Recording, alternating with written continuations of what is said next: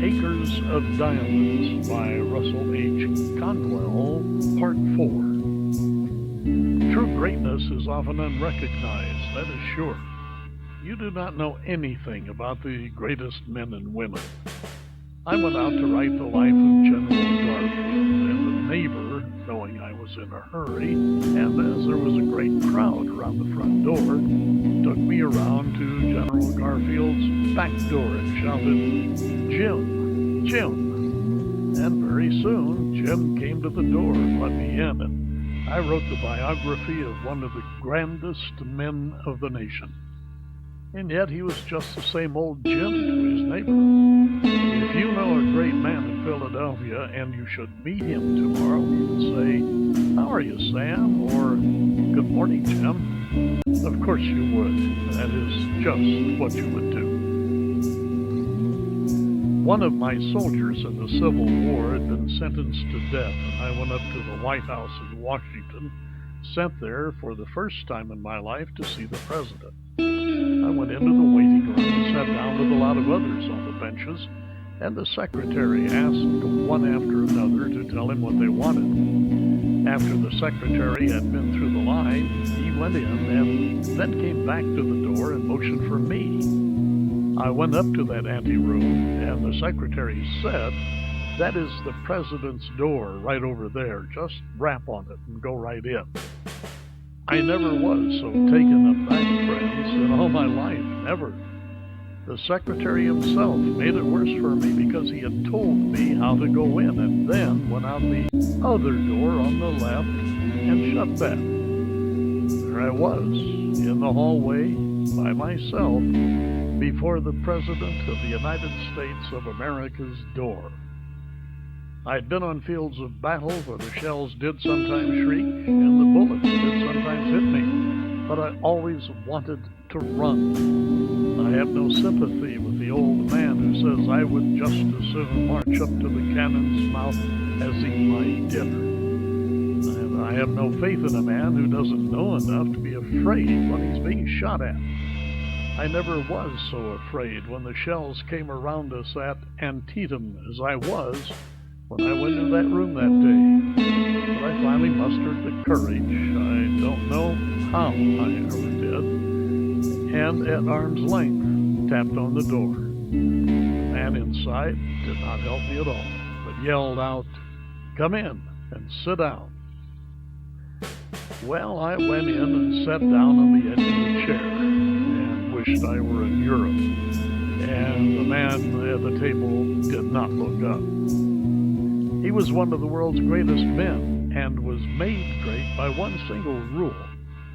Oh, that all the young people of Philadelphia were before me now, and I could say just this one thing, and that they would remember it. I would give a lifetime for the effect it would have on our city and on civilization. Abraham Lincoln's principle for greatness can be adopted by nearly all. This was his rule. Whatsoever he had to do at all, he put his whole mind into it and held it all there until that was all done. That makes men great almost anywhere. He stuck to those papers at the table and did not look up at me, and I sat there trembling. Finally, when he had put the string around his papers, he pushed them over to one side and looked over to me, and a smile came over his worn face, and he said, "I'm a very busy man and have only a few minutes to spare. Now, tell me in the fewest words what it is you want." I began to tell him and mentioned the case, and he said, "I have heard all about it, and you do not need to say any more. Mr. Stanton was talking to me only a few days ago about that. You can go to the hotel and rest assured that the president never did sign an order to shoot a boy under 20 years of age, and never will. You can say that to his mother anyhow." Then he said to me, "How's it going in the field?" I said, "We sometimes get discouraged," and he said, "It is all right. We're getting very near the light. No man ought to wish to be president of the United States, and I will be glad when I get through." Then Tad and I are going out to Springfield, Illinois. I have bought a farm out there, and I don't care if I again earn only 25 cents a day. Tad has a mule team, and we're going to plant onions. Then he asked me, were you brought up on a farm? I said, yes, in the Berkshire Hills of Massachusetts. He then threw his leg over the corner of the big chair and said, I have heard many a time, ever since I was young, that up there in those hills you have to sharpen the noses of the sheep in order to get down to the grass between the rocks. He was so familiar, so everyday, so farmer-like, that I felt right at home with him at once. He then took hold of another roll of paper and looked up at me and said, good morning. I took the hint then and got up and went out. After I'd gotten out, I could not realize I had seen the President of the United States at all. But a few days later, when still in the city, I saw the crowd pass through the East Room by the coffin of Abraham Lincoln. And when I looked at the upturned face of the murdered president, I felt then that the man I had seen such a short time before, who, so simple a man, so plain a man, was one of the greatest men that God ever raised up to lead a nation on to ultimate liberty. Yet he was only old Abe to his neighbors.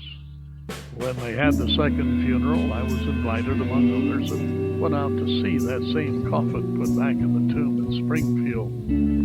Around the tomb stood Lincoln's old neighbors, to whom he was just old Abe. Of course, that was all they would say.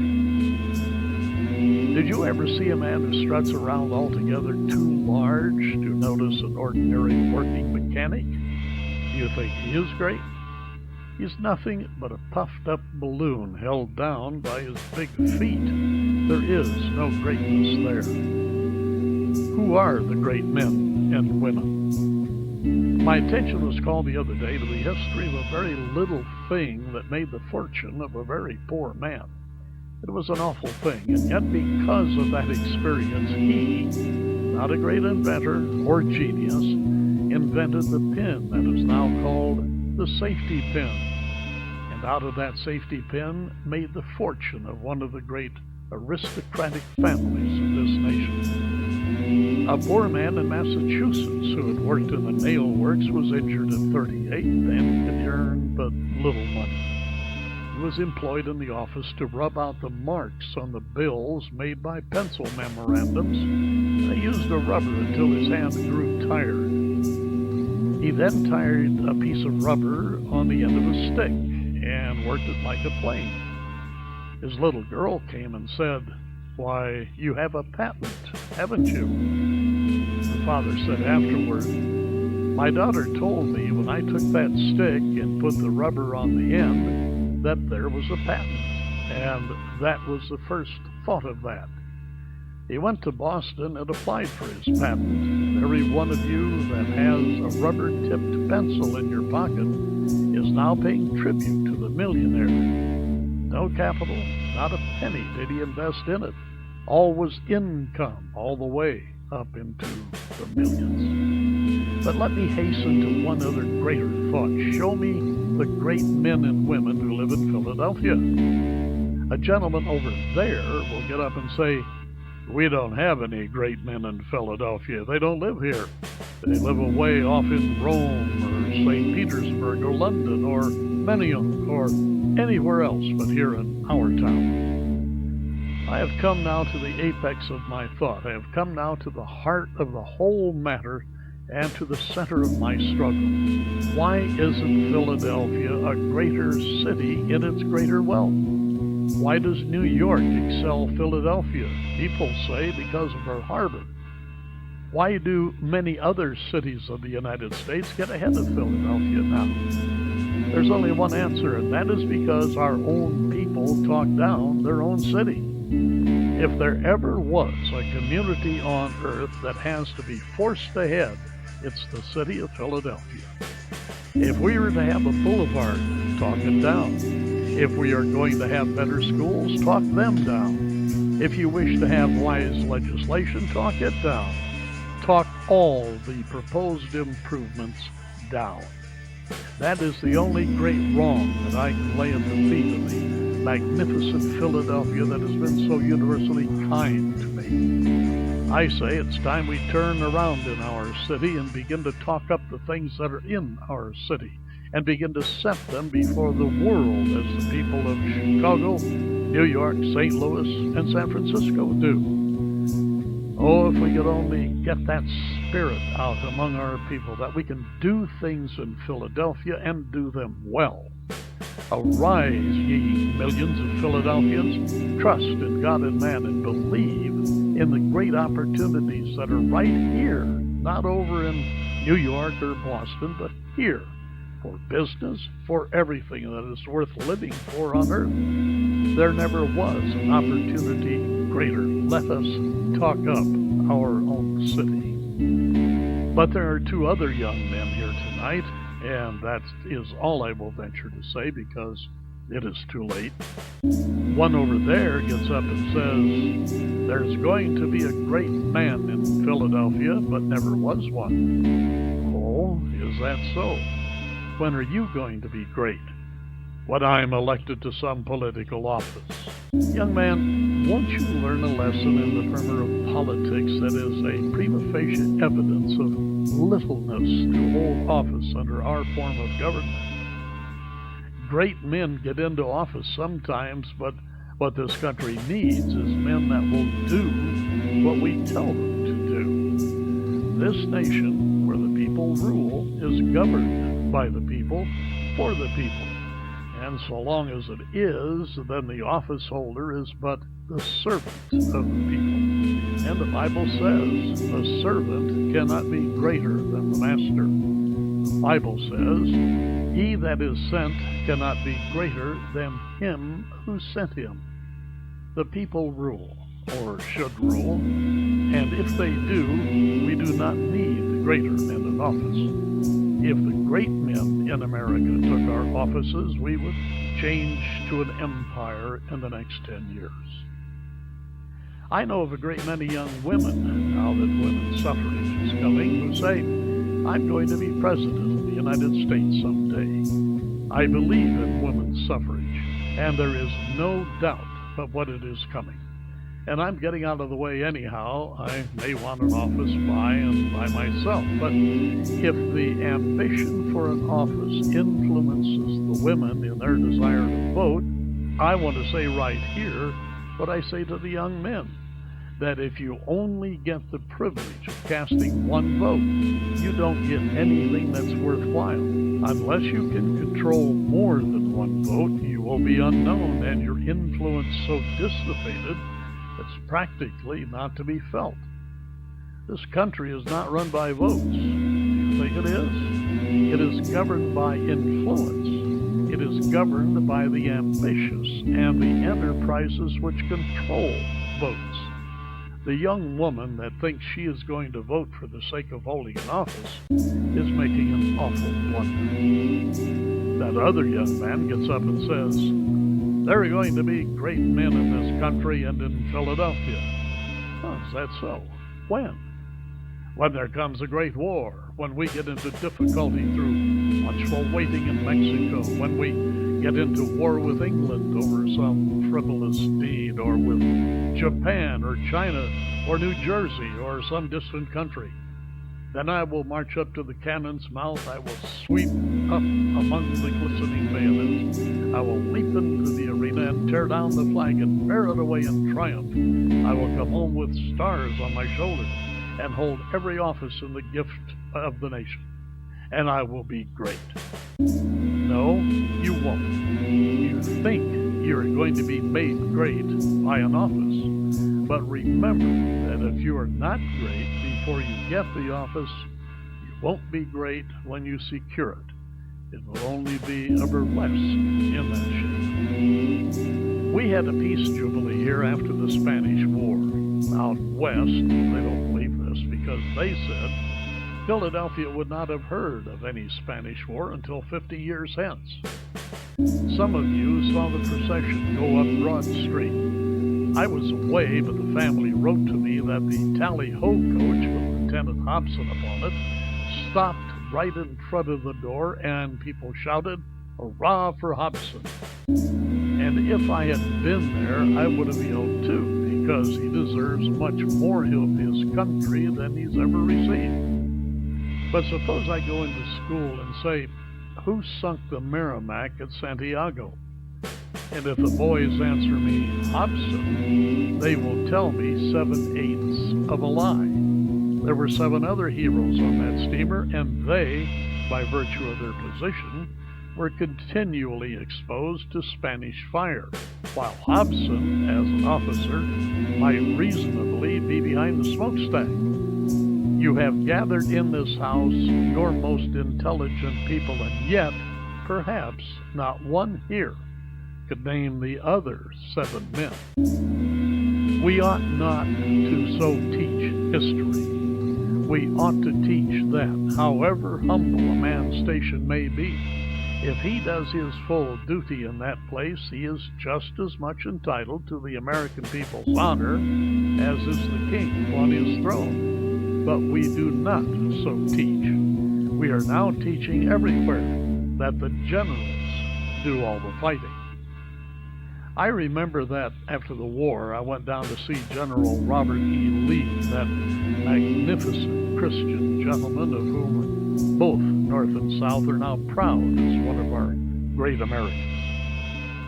The general told me about his servant, Rastus, who was an enlisted colored soldier. He called him in one day to make fun of him and said, "Rastus, I hear that all the rest of your company are killed, and why are you not killed?" Rastus winked at him and said, "Because when there's any fighting going on, I stay back with the generals." I remember another illustration. I would leave it out, but for the fact that when you go to the library to read this lecture, you will find this has been printed in it for 25 years. I shut my eyes, shut them closed, and lo, I see the faces of my youth. Yes, sometimes they say to me, "Your hair is not white. You're working night and day without seeming ever to stop. You can't be old." But when I shut my eyes, like any other man of my years, oh, then come trooping back the faces of the loved and lost of long ago, and I know, whatever men may say, it is evening time. I shut my eyes now and look back to my native town in Massachusetts, and I see the cattle showground on the mountain top. I can see the horse sheds there. I can see the Congregational Church, see the Town Hall and the mountaineers' cottages, see a great assembly of people turning out, dressed resplendently, and I can see flags flying and handkerchiefs waving and hear bands playing. I can see that company of soldiers that had re-enlisted, marching up on that cattle showground. I was but a boy, but I was captain of that company and puffed out with pride. Cambric needle would have burst me all to pieces.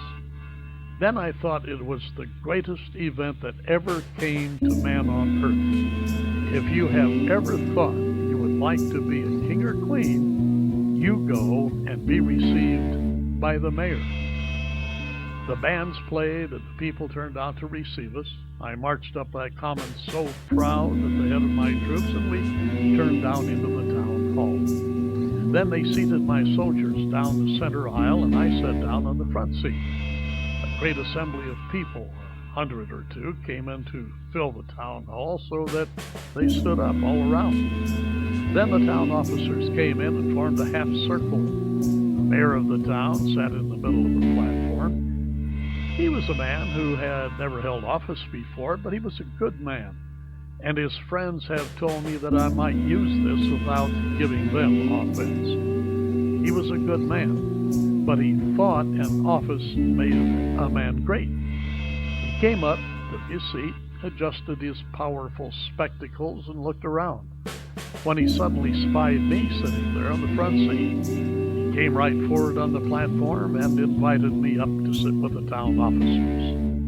No town officer ever took any notice of me before I went to war. except to advise the teacher to thrash me. And now I was invited up on the stand with the town officers. Oh my, the town mayor was then the emperor, the king of our day and our time. As I came up on the platform, they gave me a chair about this far, I would say, from the front. When I had got seated, the chairman of the selectmen rose and came forward to the table, and we all supposed he would introduce the congregational minister, who was the only orator in town, and that he would give the oration to the returning soldiers. But friends, you should have seen the surprise which ran over the audience when they discovered that the old fellow was going to deliver that speech himself. He had never made a speech in his life, but he fell into the same error that hundreds of other men have fallen into. It seems so strange that a man won't learn he must speak his piece as a boy if he intends to be an orator when he is grown. But he seems to think all he has to do is hold an office to be a great orator. So he came up to the front and brought with him a speech which he had learned by heart, walking up and down the pasture where he had frightened the cattle. He brought the manuscript with him, spread it out on the table so as to be sure he might see it. He adjusted his spectacles and leaned over it for a moment and marched back on the platform, and then came forward like this, tramp, tramp, tramp. He must have studied the subject a great deal when you come to think of it, because he assumed an elocutionary attitude, rested heavily on his left heel, threw back his shoulders, slightly advanced the right foot, opened the organs of speech, and advanced his right foot at an angle of 45. As he stood in that elocutionary attitude, friends, this is the way that speech went. Now, some people say to me, "Don't you exaggerate?" That would be impossible. But I am here for the lesson and not for the story. And this is the way it went. Fellow citizens. As soon as he heard his voice, his fingers began to go like that. His knees began to shake. And then he trembled all over, choked and swallowed, and came around to the table to look at the manuscript. Then he gathered himself up with clenched fists and came back. Fellow citizens, we are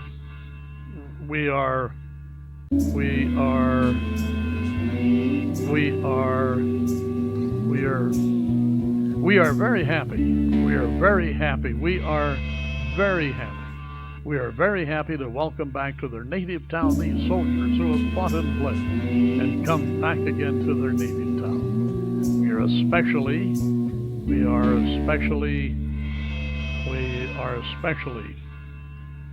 especially pleased to see with us today this young hero. That meant me. This young hero who in imagination, friends, remember he said that. If he had not said in imagination, I would not be egotistic enough to refer to it at all. This young hero who in imagination we have seen